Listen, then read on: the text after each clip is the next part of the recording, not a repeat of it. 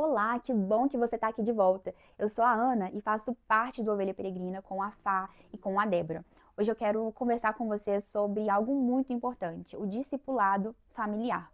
Como aquelas verdades profundas que vimos nos últimos vídeos em Gênesis saem do campo da teologia e entram na nossa casa.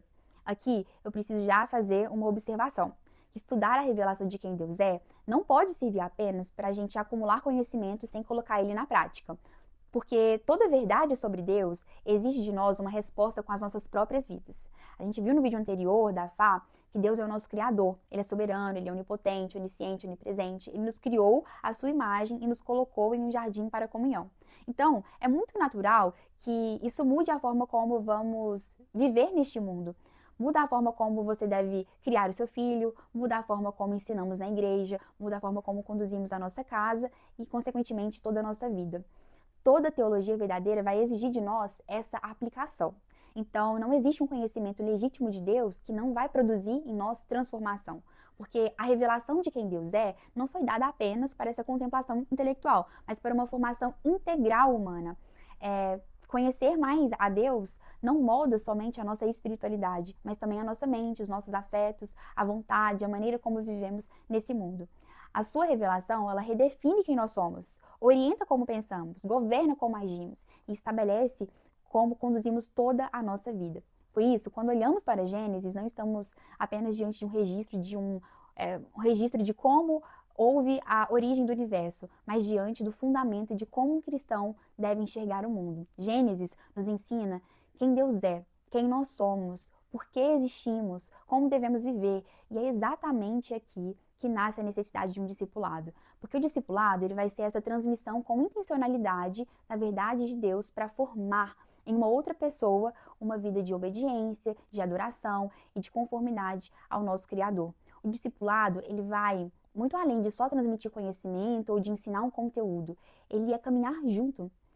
Ajudar uns aos outros a conhecer mais a Deus, é crescer na fé, é aprender na prática o que significa viver para Cristo.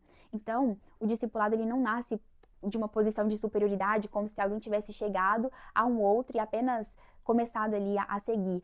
Ele nasce do encontro com a verdade de Deus. E à medida que nós conhecemos quem Deus é, nós somos naturalmente levadas a compartilhar essa verdade com aqueles que caminham ao nosso lado. E esse processo,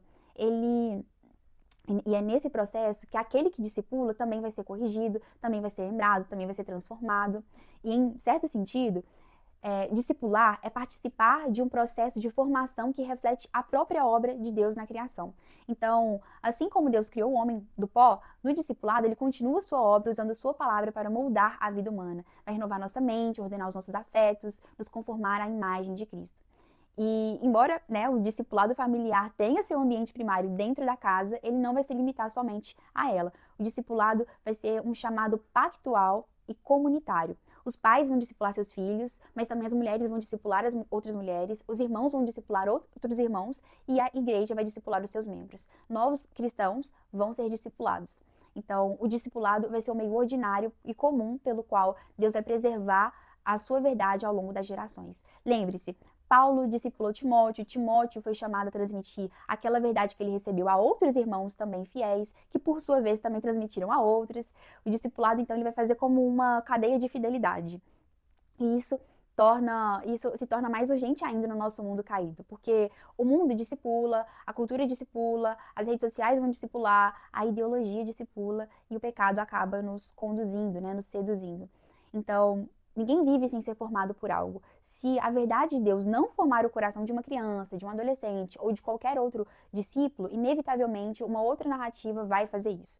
Por isso, o discipulado é esse ato contracultural, é uma batalha por interpretação da realidade, vai mudar a nossa visão de mundo. E Gênesis é o lugar ideal para começar essa formação. Em Gênesis 1, a verdade de que Deus é criador muda completamente a forma como nós, cristãs, enxergamos a vida. Gênesis 1 não começa com o homem nem com os seus problemas ou seus desejos, começa com Deus. No princípio criou Deus os céus e a terra, e isso é profundamente importante para nós, porque nos lembra que antes de qualquer demanda, responsabilidade ou dor que carregamos, Deus já era. Ele é soberano, onipotente, onisciente, onipresente. A sua palavra tem poder para criar do nada, trazer ordem ao caos e sustentar tudo que existe. Isso significa que a nossa realidade não está solta, não é fruto de um acaso. Deus cria, ordena, define e sustenta. E isso deve mudar a forma como nós vivemos, porque se Deus cria, então a nossa vida ela tem propósito. Se Ele ordena, então existe uma maneira certa de viver, mesmo quando o mundo diz o contrário. Se Ele define, então não cabe a nós determinar o que é verdade e o que é mentira, mas nos submetermos com confiança ao que Ele está estabelecendo. E se Ele sustenta, então nós não precisamos viver esmagados pela ansiedade como se tudo dependesse das nossas próprias mãos. Irmãs, essa verdade, ela precisa sair da teoria e entrar na nossa vida prática. Ela precisa aparecer ela precisa aparecer na forma como reagimos quando os nossos planos falham, quando a rotina pesa, quando os filhos às vezes exigem mais do que você imagina que você pode suportar, quando o casamento enfrenta dificuldades ou quando o nosso coração está cansado. Crer no Deus Criador é confiar que Ele continua governando mesmo quando tudo parece um pouco desorganizado. E isso aparece na forma como você trata os seus filhos. Não como um fardo na rotina, mas como uma vida criada por Deus e portadora da sua imagem.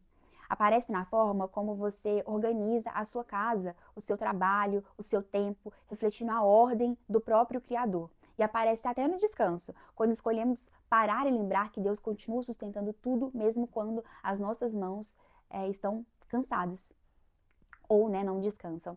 Discipular é justamente isso, tornar visível na vida comum as verdades de Deus, porque a forma como vivemos também está ensinando. E quando uma mulher vive debaixo dessa verdade, ela ensina aos que estão ao seu redor que toda a existência encontra sentido, ordem e descansa em Deus. Da mesma forma, em Gênesis 1, 26 ao versículo 28, quando Deus cria o homem e a mulher, ele distingue de toda a criação, dizendo: façamos o homem à nossa imagem, conforme a nossa semelhança.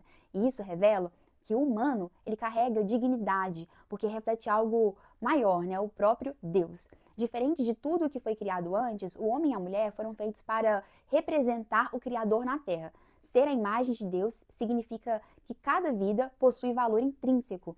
O valor de uma pessoa, ele não está no que ela produz, no quanto ela sabe, na sua aparência ou no seu desempenho.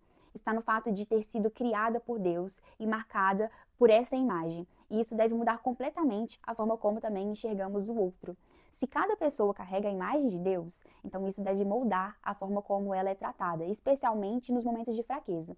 Quando alguém falha, a resposta não tem que ser humilhação, mas uma correção com graça. Quando alguém está um pouco angustiado, a resposta não pode ser uma indiferença, mas compaixão. Quando alguém está quebrado, confuso, cansado, a resposta não tem que ser um desprezo, mas cuidado de fato. A imagem de Deus no outro exige honra, paciência, misericórdia, porque tratar mal alguém é desprezar aquilo que Deus marcou na sua própria imagem. E isso se torna ainda mais importante dentro da família e do discipulado. Filhos precisam ser corrigidos sem terem sua dignidade ferida. Esposos e esposas precisam se servir e honrar um ao outro.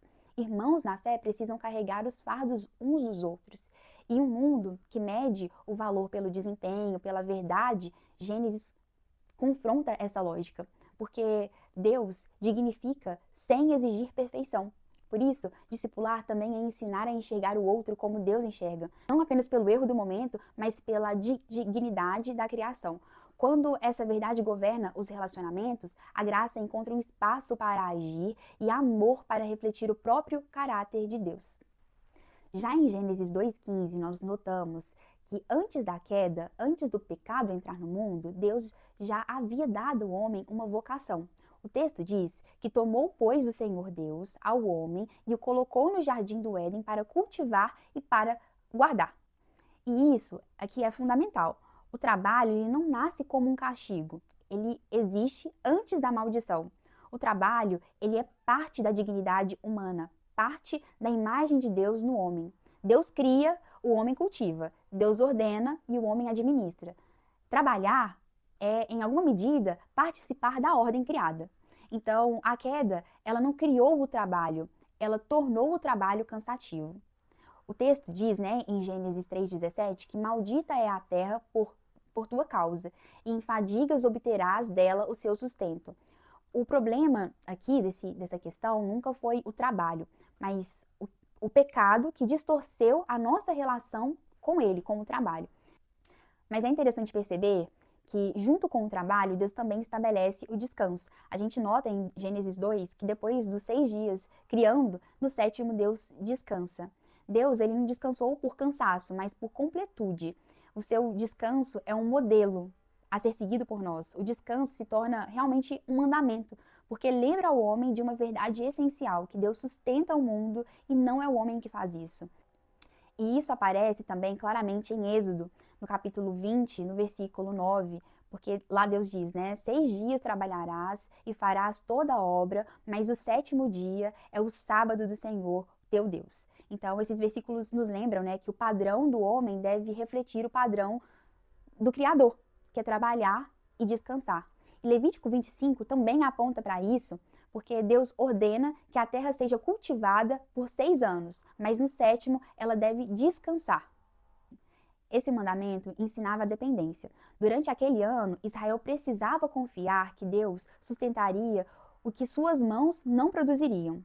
E Deus prometeu: eu vos darei a minha bênção no 6º ano, para que dê frutos por 3 anos. Em Levítico 25, capítulo 25, versículo 21. E aqui está um princípio: trabalhar é obedecer, descansar também é obedecer. O trabalho combate a preguiça e o descanso vai combater a nossa autossuficiência. Uma vida sem trabalho nega a vocação que foi dada por Deus, mas também uma vida sem descanso vai negar a soberania de Deus. Por isso, discipular também é ensinar uma verdade, ensinar teologia. Servir, a gente deve servir com diligência e também devemos descansar com fé. Então, trabalhar vai reconhecer que Deus nos chamou para cultivar e descansar vai reconhecer que Ele continua sustentando tudo quando as nossas mãos param. Para encerrar, a gente pode fazer uma oração? Senhor, eu quero te agradecer pela sua palavra, te agradecer porque nós temos esse privilégio de poder estudar a sua palavra e ver que o Senhor é um Deus bondoso, que o Senhor é criador, que o Senhor trouxe tudo à existência com o poder da sua palavra. Nós te glorificamos por isso. Queremos te agradecer pela oportunidade de participar, de sermos a sua imagem, a sua semelhança e de podermos realmente ser representantes do Senhor aqui nessa terra. Mas também queremos, Senhor, confessar que muitas vezes a gente, às vezes, troca as ordens disso tudo e realmente, às vezes, preferimos o caos do que seguir de fato a ordem criacional, aquilo que o Senhor estabeleceu. Às vezes nós queremos estar sempre certos, sempre controlando toda a situação, e a vida não acontece assim. Glória a Deus pela realidade que realmente muda ali as nossas formas de viver e realmente tira a gente daquele conforto. Eu quero te pedir, Senhor, que o Senhor tenha misericórdia de nós, que a gente possa meditar cada vez mais nessa palavra, entendendo que o Senhor é quem governa toda a realidade e não nós, que o Senhor é quem determina o que vai acontecer e não nós. Nós possamos descansar no fato de que o Senhor é Deus soberano e que nós não temos esse atributo de soberania e que nós não estamos no controle do mundo. Glória a Deus por isso. Eu quero te pedir, Senhor, pelo discipulado em especial, para que o Senhor continue nos instruindo, porque discipular é viver uma vida prática, viver uma vida que realmente glorifica a Cristo e busca se aproximar da imagem de Deus, busca realmente ser parecido com Cristo. E eu peço, Senhor, que o Senhor possa abençoar cada uma dessas mulheres que estão assistindo esse vídeo, para que elas também, Senhor, tenham sede e fome de viver essa verdade em suas vidas, de buscar na palavra, Pai, aquilo que vai realmente dar fundamento para cada passo prático, para cada questão em suas vidas, para a cosmovisão, para a forma como nós vemos o mundo. Essa é a minha oração, em nome do seu Filho Jesus. Amém.